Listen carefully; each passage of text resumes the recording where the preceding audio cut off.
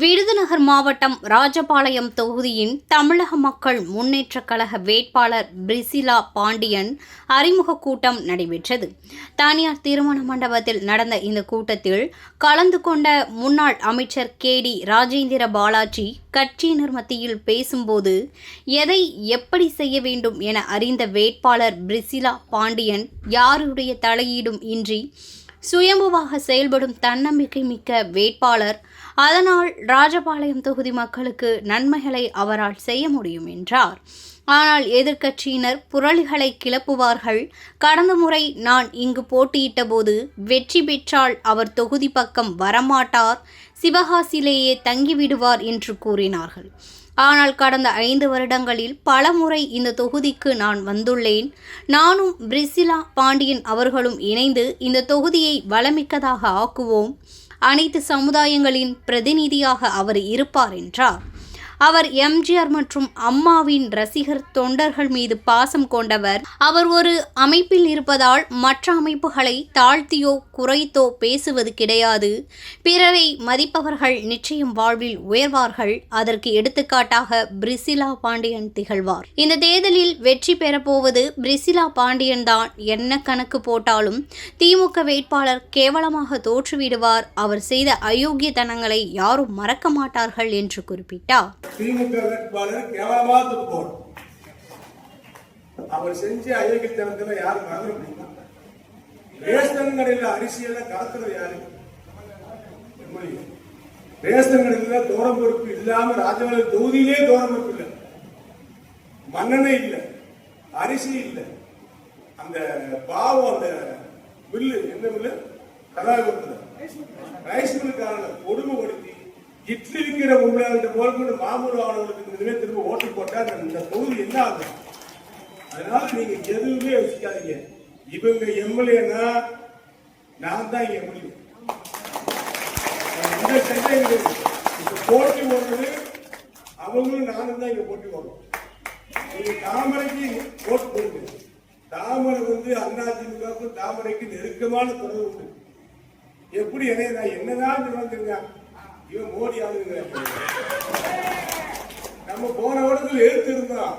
இவன் மோடியை பேசுறது காரணம் என்ன? நல்ல மனுஷனை போய் நம்ம எப்படி திட்ட முடியும்? நாட்டுக்காக தைரியமான ஒரு பிரதமர் இருக்கக்கூடிய மோடியை திட்ட முடியுமா? அப்படி திட்டினால இந்தியா இருக்க முடியுமா? ஒரு வலுவான ஒரு பிரதமர் உலகம் முழுக்க இன்னைக்கு எல்லாரும் பயங்கரவாதத்தால சண்டையால போடுறால எல்லா இடமும் பிரச்சனை. யார் எந்த நாட்டில் நிம்மதியா எவ்வளவு சாடக்குள்ள போக முடியல. நிம்மதியா ஒரு நாடு இருக்குன்னா இந்தியா தான். எந்த நாட்டிலும் நிம்மதி கிடையாது. எந்த ஹோட்டல் ஸ்டார் ஹோட்டல் தங்க முடியாது. எந்நேரம் குண்டு வெடிக்குது தெரியாது. ஆனா இங்க இந்தியாவில் டெல்லியில் இருக்கக்கூடியவனோ, பம்பாயில் இருக்கக்கூடியவனோ, கல்கத்தா இருக்கக்கூடியவனோ, சென்னையில் இருக்கக்கூடியவங்களோ, ஹைதராபாத் இருக்கக்கூடியவங்களோ எல்லாரும் நிம்மதியா ஸ்டார் ஹோட்டல் தங்கியிருக்காங்க. பெரிய பெரிய ஆளுங்க ஏழை எளிய மக்கள் தொழில் பண்றாங்க, நிம்மதியா இருக்காங்க, குண்டு வெடிக்கல. ஆனா எல்லா பாகிஸ்தான்ல குண்டு வெடிக்குது, கத்தார்ல குண்டு வெடிக்குது, ஈராக்கு ஓமன் மஸ்கட் எங்க பார்த்தாலும் குண்டு. கப்பல் போக முடியல, துபாயில குண்டு, குவைத்ல குண்டு, ஏர்போர்ட்ல குண்டு, லண்டன்ல குண்டு, அமெரிக்கால பிரச்சனை, இஸ்ரேல்ல பிரச்சனை, காசால பிரச்சனை, உலக நாடு முழுக்க பிரச்சனை. கார்ல போயிட்டு கார் குண்டு, பழக்கூட கொடுத்தா பழக்கூடல குண்டு. ஆனா இந்தியா அமைதியா இருக்கா இல்லையா? இந்தியால கலவரம் நடக்குதா இல்லையா? ஒண்ணுமே இல்லை. காரணம் யாரு? வலுவான ஒரு இரும்பு மனிதன் பாரத பிரதமர் மோடி இருக்கிற காரணத்தினால் இந்தியா அமைதியா இருக்கு. அதனாலதான் நம்ம அற்புதமான ஒரு கூட்டணி அமைச்சிருக்கிறோம். நம்முடைய நோக்கம் என்ன? டெல்லியில மோடி, தமிழ்நாட்டில் எடப்பாடி. இவங்க இங்க வெற்றி பெற்றாங்கன்னா இவங்க ஜெயிச்சு எம்எல்ஏ உடனே என் கூட கோட்டைக்கு சேர்ந்தாச்சு கோட்டைக்கு நாங்க சொன்னா போதும். நாங்க உன்னாவே போய் பதவி ஏற்கிறோம் சேர்ந்தாச்சு கோட்டையில. அங்க யாருக்கு ஓட்டு போட முதலமைச்சரா பதவி ஏற்க வர்றதுக்கு, எடப்பாடியார் வர்றதுக்கு ஓட்டு போடுறாங்க. அந்த மாதிரி ஆளுக்கு ஓட்டு போட ஒவ்வொரு ஓட்டு வேஸ்ட். நீங்க பேரை தங்கப்பாண்டிட்டு வச்சுக்கிட்டு பண்றது பூரா பித்தளையா, இது பூரா இரும்பு பித்தளை, சுண்ணாம்பு, பழைய. அதனால மக்கள்கிட்ட சொல்லுங்க, எந்த காரணத்தை மட்டும் தடிக்கு கூட ஓட்டு போட விட்டாங்க. 10 வருஷம் இந்த ராஜபாளையம் தொகுதியை பாலாக்கி நாசப்படுத்தாரு. ராஜபாளையம் தொகுதியில் அவர் நிராசத்தியாளர். ரயில்வே மேம்பாலம் கொண்டது நம்ம, பாதாள சாக்கடைக்கு கொண்டது நம்ம, பைப் லைன் கொண்டது நம்ம, தாமரவண்டி கூட்டு கொடுத்துட்ட கிராமப்புறம் கொண்டது நம்ம, ராஜபாளையம் நகரத்துக்கு கொண்டது நம்ம, கொண்டாடாத கூட்டு கொடுத்துட்டு பாஸ் பண்ணி பாதி வேலையை முடிச்சு நம்ம. என்ன பண்ணீங்க? நாங்க கொண்டு வந்த கஞ்சிகிச்சை மருத்துவமனை கூட திறக்க முடியாம வச்சுக்கிறீங்க. அந்த மருத்துவமனை பில்டிங்க திறந்து போட்டாங்க. ஆனா ஆர்பி டாக்டர் முடிச்சாங்க. 2 மகப்பேறு மருத்துவமனைக்கு புதிய பில்டிங் கட்டி கொடுத்து நம்ம. நீங்க பஸ் ஸ்டாண்ட்ல வியாபாரத்தோடு விரிவாக்கம் பண்ணீங்க. அதை தாண்டி இந்த ராஜபாளையம் தொகுதிக்கு 5 வருஷத்துல திமுக ஆட்சி என்ன செஞ்சிருக்கு? ஒண்ணுமே பண்ணல. ரிங் ரோடு நம்ம கொண்டு அந்த வேலையை சீக்கிரம் முடிக்கல. இந்த வேலையெல்லாம் சீக்கிரம் முடிக்கணும்னு சொன்னா நடக்கணும். அதுக்கு யாரு தேவை? ஒரு படித்த ஒரு பண்பாளர், விஷயம் தெரிஞ்சவங்க. இவங்களை யாரும் ஏமாற்ற முடியாது. நான் காரில் வரும்போது கூட சொன்னாங்க, அண்ணே நான் உங்க தங்க, நான் வெற்றி பெற்றாலும் நீங்க தான் எம்எல்ஏ. எப்பயும் போல இந்த கூட்டணி தொடர்ந்து இருக்கும். நீங்க அவர் தலையிடுவாங்க. பிள்ளைகள்லாம் பாருங்க, அவர் மகன் அருமையான பொண்ணு இருக்கு. ஒரு தெய்வ கலையோடு இருக்க பிள்ளைங்க. ஒரு ஓட்டு கேட்டு போனாலும் தெருக்குள்ள போனாலும் ராஜேஷ் பிள்ளை மாதிரி இருக்குங்க. நீங்க ஓட்டு கேட்டா எப்படிங்க? யாராவது என்ன சொல்ல பார்ப்போம், நம்ம ராஜாக்குமார் பிள்ளைன்னு சொல்லுவாங்க. அப்படி ஒரு பிள்ளைகளை வளர்ப்பு, தாயினுடைய வளர்ப்பு அப்படி இருக்கு. ஒரு பணிவு, பண்பு, ஒரு பாசம், பிறரை மதிக்கின்ற ஒரு தன்மை இவங்க பிள்ளைகிட்ட இருக்கு. இது எழுது. அந்த வீடு யார் வீடு? மீனாட்சி ராஜ்யம். அதனாலதான் அங்க பவர் இருக்கு. அங்க அந்த பவர் கிடையாது. அங்கிட்டலாம் பவரை காட்டலாம். பவர் இங்கதான் பவர். இங்க மீனாட்சி ராஜ்யம். அதனால பிள்ளைகள்லாம் அம்மா பேச இருக்கிறாங்க. நேரு சிலைக்கு ஏறாங்க. சுற்றுலா பாண்டிய சபை ஏறாங்க. மாலப்பட நேரு சிலைக்கு இவங்க தடுமாறாங்க. தம்பி அவங்க பையன் கையை பிடிச்சு தூக்குறாங்க. அம்மா தாய் கையை பிடிக்கிற தவறி இருக்காது, தடுமாறி இருக்காது. இதுதான் என்னை கவர்ந்தது. தாய் மீது பாசம் உள்ள பிள்ளைகள் இருக்கின்ற குடும்பம் சிறந்த குடும்பமாகத்தான் இருக்கும். 2 பிள்ளைகள் 2 கண்ணு மாதிரி கூடயே நிக்குதுங்க. படி ஏறது மாலையை கொண்டு அண்ணன் ஏறான். அந்த பையன் தம்பி தான் ஏறான். வரைக்கும் டாக்டர். 4 தம்பியை பார்த்ததே மிகப்பெரிய ஒரு இடத்துல பிரதமர் மோடி இருக்கிற மேடையில வச்சுதான் பார்த்தேன். அண்ணே என்ன தம்பி, நீங்க யார் தம்பி? நான் அண்ணன் ஜான் அவரை பப்பா சொல்ல பையன் என்ன தம்பி அப்படி பார்த்துங்க. அப்பாங்களுக்கு சம்பந்தமா இருக்கும். அம்மா மாதிரி இருக்கு. கையை பிடிக்கிட்டு சரி வளர்ப்பு. அவங்க அம்மா நல்லா வளர்த்துருக்க பிள்ளைய அருமையா வளர்த்துருக்காங்க. அற்புதமான பிள்ளைங்க. இதை ஏன் சொல்றேன்னு கேட்டா ஒண்ணு உடைச்சு அருமையான பாசத்துக்காக வாழ்ற குடும்பம் நிச்சயம் உங்களை பாசப்பிணைப்போட வைத்திருக்கிறார். நீங்க பலர் ஆரம்பிங்க.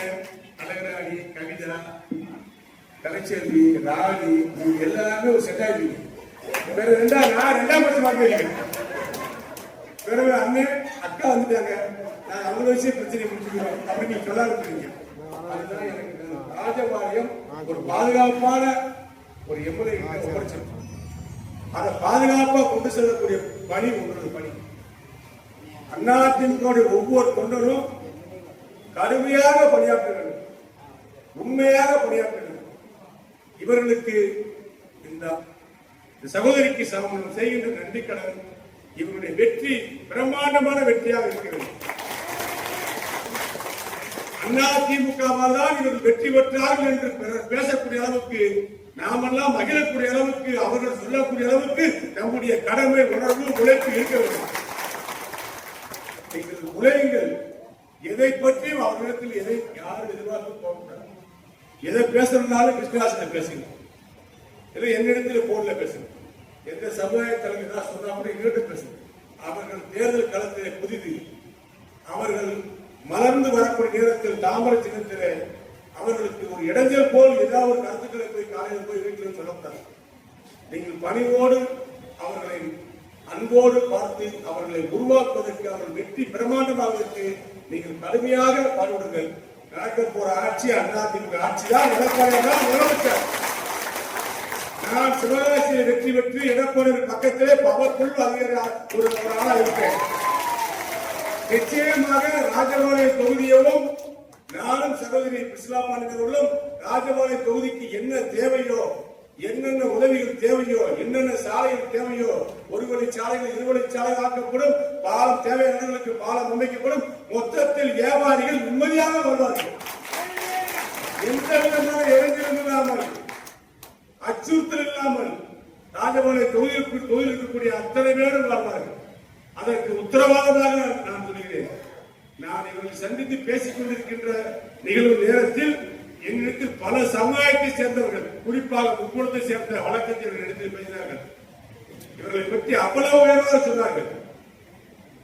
என்ன சொன்னாலும் உடனடியாக செய்து கொடுக்கக்கூடிய ஒரு பண்புள்ளம் உள்ள ஒரு சகோதரி, அவருக்கு வெற்றி பெற வைங்கள் என்னிடத்தில் சொன்னார்கள். நாடா சமுதாயத்தை சேர்ந்த வழக்கறிஞர்கள் பேசினார்கள். நாயுடு சமுதாயத்தை சேர்ந்த வழக்கறிஞர்கள் பேசினார்கள். ஆக ஒட்டுமொத்தமாக இவர்கள் பார்க்கோன்ஸில் வெற்றி பெற்ற காரணத்தால் பார்க்கோன்ஸில் வெற்றி பெறுவது ஒரு ஜாதி ஓட்டு போட்டு ஜெயிக்க முடியாது. பல சமுதாயத்தை சேர்ந்த படித்த வக்கீல்கள் ஓட்டு போட ஜெயிக்க முடியும். இவர்கள் எந்த பின்புலம் இல்லாமல் என்று ஜெயிச்சாங்கன்னா அது காரணம் இவருடைய உழைப்பு மட்டுமல்ல, இவருடைய அணுகுமுறை தான் காரணம். அதே அணுகுமுறை தான் இங்கேயும் தொடர்பார்.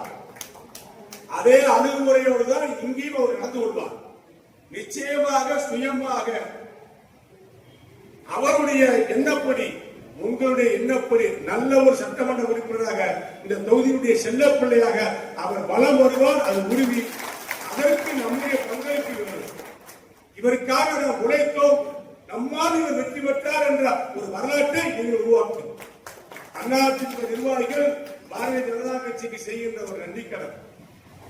நமக்கு பிரச்சனை வந்த நேரத்தில் எல்லாம் நமக்கு கை கொடுத்த கட்சி பாரதிய ஜனதா கட்சி. எடப்பாடி ஆட்சிக்கு கை கொடுத்த தலைவர் நரேந்திர மோடி அவர்கள். ஆகவே தாமரை இங்கே போட்டியிடுகிறது. தாமரை வெற்றி பெற்றால்தான் இலைக்கு ஒரு மரியாதை. ஆக தாமரையின் இலையும் என்றைக்கும் இணை வெளியானது. புரட்சித் தலைவர் எம்ஜிஆர் 72 கட்சி ஆரம்பிக்கின்ற பொழுது தாமரை சின்னத்தில் தான் கொடியை ஏற்றினாங்க, தாமரை கொடி. ஆகவே தாமரைக்கும் இலைக்கும் நெருக்கமான உறவு உண்டு. யார் வரக்கூடாது என்பதை ராஜபாளைய மக்கள் தீர்மானித்து விட்டார்கள். யார் வர வேண்டும் என்பதையும் இன்றைக்கு தீர்மானித்து விட்டார்கள். அது யார் என்று சொன்னால் சகோதரி பிரிசிலா பாண்டியன். ஒரு அற்புதமான அவர்களை கஷ்டப்படுத்துகின்ற விதமாக தயவு செய்து எதையும் போய் சொல்லாதீங்க. நல்ல பாசிட்டிவான கருத்துக்களை, பாசிட்டிவான வார்த்தைகளை, வாழ்த்துக்களை சொல்லுங்க. பிரச்சனை எது இருந்தாலும் என்னிடத்தில் பேசுங்க, கிருஷ்ணாஜத்தில் பேசுங்க, தம்பி பரமசுரத்தில் பேசுங்க, குருசாமி போன்ற முன்னேற்றத்தில் பேசுங்க. நாங்கள் உங்களுக்காக வருவோம், பேசுவோம். அவர்கள் நமது விருந்தாளி மட்டுமல்ல, நம்முடைய பொதுச்செயலர் எடப்பாடி என்னை அழைத்து சொன்னார், சகோதரி பிரிசிலா பாண்டியன் அவர்களை 30,000 ஓட்டு வித்தியாசத்தில் நீங்கள் வெற்றி பெற வைக்க வேண்டும் என்ற கருத்தை சிவகாசி சொன்னார். அதற்கு அவருடைய அணுகுமுறை வித்தியாசமாக இருக்கிறது. அவருடைய அணுகுமுறை, நடைமுறை எல்லாமே வித்தியாசமாக இருக்கிறது. ஒரு அற்புதமான வேட்பாளர் தான் நம்ம முடிவெடுப்போம். இவரை தாண்டி ஒரு நல்ல வேட்பாளர் நமக்கு கிடைப்பார் என்று சொன்னால் நிச்சயமாக எனக்கு வாய்ப்பு இல்லை. அற்புதமான வேட்பாளர். ஆகவே நன்றிக்கடனாக நமக்கு கஷ்டகாலங்கள் எல்லாம் அதிமுகவுக்கு கொடுக்கின்ற பாரதிய ஜனதா கட்சி சின்னம் தாமரை சின்னம். அந்த சின்னம் ராஜபாளையம் தொகுதியிலே வெற்றி பெற வேண்டும். அதற்கு நீங்கள் அத்தனை பேரும் பார்வையிட வேண்டும். எல்லா பூத்து கமிட்டியும் அமைச்சிருக்கோம், வாக்குச்சாவடி முகவர் போட்டிருக்கோம். அதுல யாரும் பிரச்சனை இருந்தால் எங்க உடனடியாக இடத்தில் சொல்லிவிடணும். உடனடியாக அதை மாற்றிவிட்டு வேற வாக்குச்சாவடி முகவரை போடணும். வாக்கு பூத்துக்கு போகக்கூடியவர்கள், வாக்குச்சாவடிக்கு போகக்கூடியவர்கள், அந்த வாக்குச்சாவடி முகவரைத்தான் நாம் உள்ளே அனுப்புவோம். அதுபோல் கூட்டணி கட்சியுடைய ஆளுகளை சேர்த்து அனுப்புவோம். ஆகவே நல்ல ஆளுகளை தான் தேர்வு பண்ணி மாற்றிட்டோம். அதனால நீங்க இருக்கக்கூடியவர்கள் சிறப்பாக பணியாற்றுங்கள். உங்கள் வளர்ச்சிக்கு, உங்கள் குடும்பத்துக்கு, உங்கள் வீட்டுக்கு தேவையான அத்தனை உதவிகளையும் கேட்கிறார்கள் பாராட்டி நான் செய்து கொடுப்பேன் என்ற உறுதியை சொல்கிறேன். இன்றைக்கு உங்களோடு நான் இருப்பேன், உங்களில் ஒருவராக இருப்பேன். ராஜபாளையம் ஒரு ஆன்மீக பூமி, ஆன்மீகம் நடந்த அரசியல் பூமி. இங்கு வெற்றி பெறுவர்கள் அத்தனை பேர் நிச்சயமாக ஒரு நல்லவர்களாக இருப்பார்கள்.